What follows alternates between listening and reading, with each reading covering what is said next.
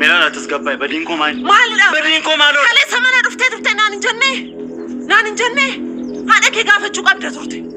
Yoo dhufte mana yoo dhufte maa inni rakkinni isaa? Maaltu ta'e mana yoo dhufte? Beektee ta'uu danda'a. Haadha kee irraa qulqulleessuu qabda turte kaleessa. Meelaala. Halkan guutuu bilbila naa wajjin odeessaa bulte. Wanti tokko rakkinni hin uumamne. Amma naa deemisiin. Amma deemi. Deeman qofaa ta'uun barbaada. Yaaduun barbaada. Meelaala. Gatii kan hundumaa kanan baasaaru si fakkatee garuu hin dagatin.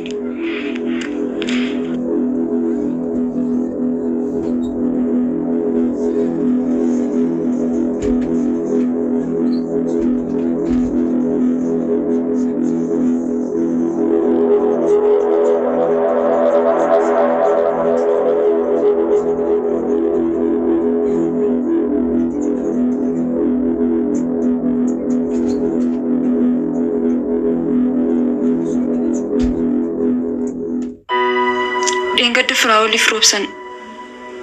Mana dhufanii yeroo waa'ee sinannatti man riba kosoo irra final kan guutu bariidhaan gana mana sinaffaate. Tola.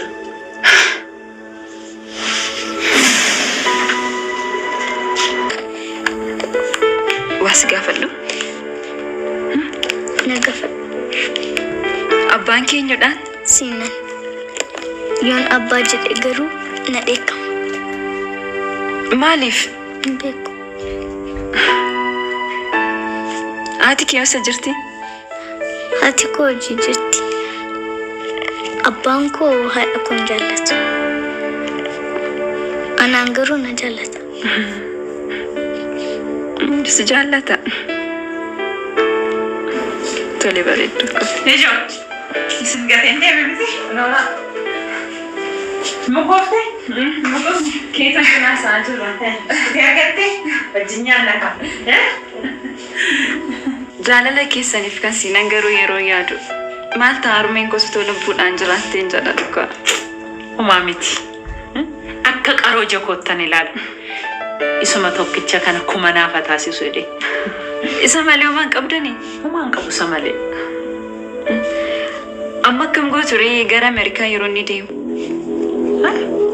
Ameerikaa? Sinan isee Ameerikaan deemu. Moo fudhattee deemuu barbaaddere? Lakkisa eessumni isaa Ameerikaa jiru yoo fudhate jedheen. Eessumni isaa Ameerikaa jiru? Yoom immoo baadiyyaadhaa dhufanii magaalaatti iyyuu hin galle karaa kam Ameerikaa deemu?